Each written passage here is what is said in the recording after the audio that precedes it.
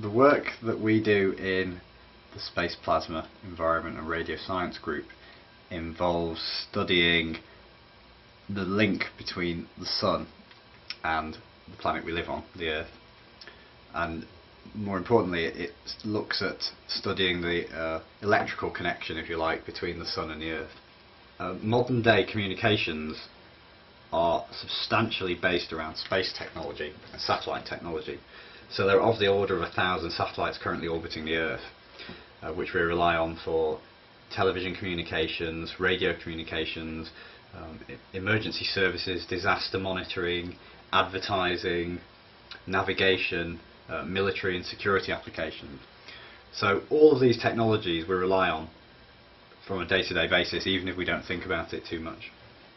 However, the environment that satellites operate in is rather susceptible to changes in, for example, activity on the Sun, which can pile energy and material into the Earth's magnetic field. There's a natural process around the Earth which can accelerate some of these particles up and then cause them to be highly damaging to spacecraft. And the loss of satellites or capabilities or systems in space can have massive economic and sociological impacts on the ground.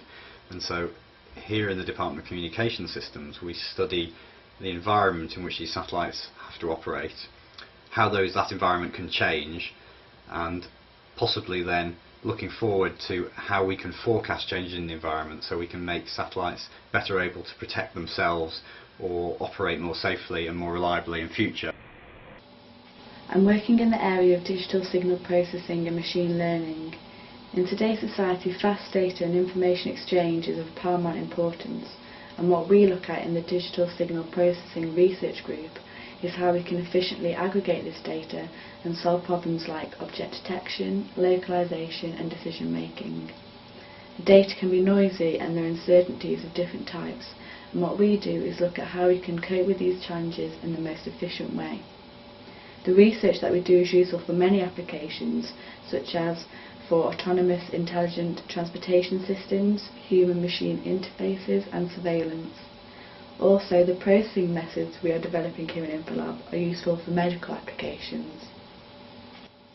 Principally I look at games and social networks and how they will evolve and how the changing sort of features and additions to the phone will sort of bring more context into those social networks, things like the sort of GPS brings in your location so that within a social network you can provide that information to your friends.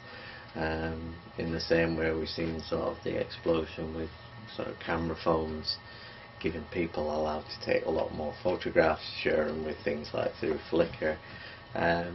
I'm looking more at the sort of socio-technical aspects of that. I'm interested in how people behave and how they experience those things rather less than the technology as an isolated thing. I think with something like a mobile phone, which is such a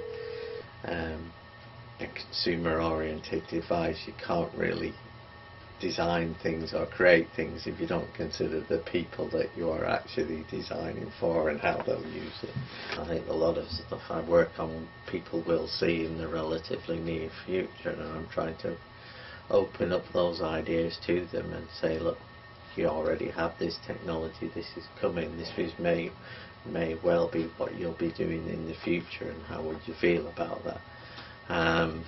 So, and I guess as well, because it's more on the socio-technical side, I really am concerned with what people think and how people would really use it, rather than just create a technology and hope that people will come to it. I want to create things that people sort of really benefit in their lives.